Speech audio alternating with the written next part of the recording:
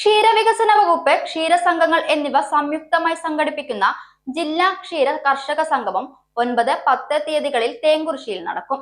സംസ്ഥാനത്ത് പാൽ ഉൽപാദനത്തിൽ മുന്നിൽ നിൽക്കുന്ന പാലക്കാട് ക്ഷീരവികസനത്തിനായി വിവിധ പദ്ധതികൾ ആവിഷ്കരിച്ചിട്ടുണ്ടെന്ന് ക്ഷീരവികസന വകുപ്പ് ഡയറക്ടർ ബിന്ദു എൻ വാർത്താ സമ്മേളനത്തിൽ പറഞ്ഞു.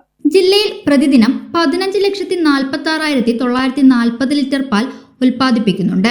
25,439 ക്ഷീര കർഷകർ ഉത്പാദിപ്പിക്കുന്ന 3,93,088 ലിറ്റർ പാൽ ക്ഷീര സംഘങ്ങൾ വഴി ശേഖരിക്കുന്നുണ്ട്. ക്ഷീരസംഗമത്തോടനുബന്ധിച്ച് കന്നുകാലി പ്രദർശനം, ഡയറി എക്സ്പോ, സെമിനാർ, എക്സിബിഷൻ, ജീവനക്ഷേമം, സാംസ്കാരിക ഘോഷയാത്ര എന്നിവ നടക്കും. ജില്ലയിൽ മികച്ച പശുപരിപാലനം നടത്തി കൂടുതൽ പാൽ ഉൽപ്പാദിപ്പിച്ച പുരുഷ, വനിതാ കർഷകർ, SC കർഷകർ, യുവ കർഷകരെ ആദരിക്കും. പശുപരിപാലനത്തിലെ നാട്ടറിവുകൾ കൈമാറാൻ ക്ഷീര കർഷക സംഗമം ഉപകരിക്കും. പെരുവെമ്പ ക്ഷീര കർഷക സംഘമാണ് ആതിഥേയത്വം വഹിക്കുന്നതെന്നും ബീന പറഞ്ഞു. ജില്ലയാണ് പാലക്കാട്. കൊല്ലങ്കോട് ബ്ലോക്കാണ് ആതിഥേയത്വം വഹിക്കുന്നത്. കൊല്ലങ്കോട് ബ്ലോക്ക് എന്ന് പറയുന്നത് 2ാം സ്ഥാനം നിൽക്കുന്ന ഒരു ബ്ലോക്കാണ്. അപ്പോൾ നമ്മൾ ഉദ്ദേശിക്കുന്നത് ക്ഷീര കർഷകരുടെ ഒരു കൂട്ടായ്മയാണ്.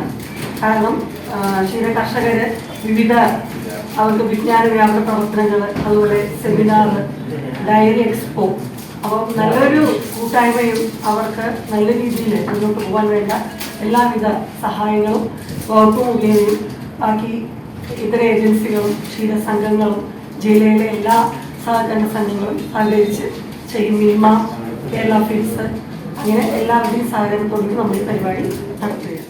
അസിസ്റ്റന്റ് ഡയറക്ടർ ശ്രീജ വി, ക്ഷീരസംഘം പ്രസിഡന്റുമാരായ ബാബുരാജ് KA, ഹരിദാസ് K, ജയറാം ഈപ്പൻകാട് എന്നിവരും വാർത്താ സമ്മേളനത്തിൽ പങ്കെടുത്തു.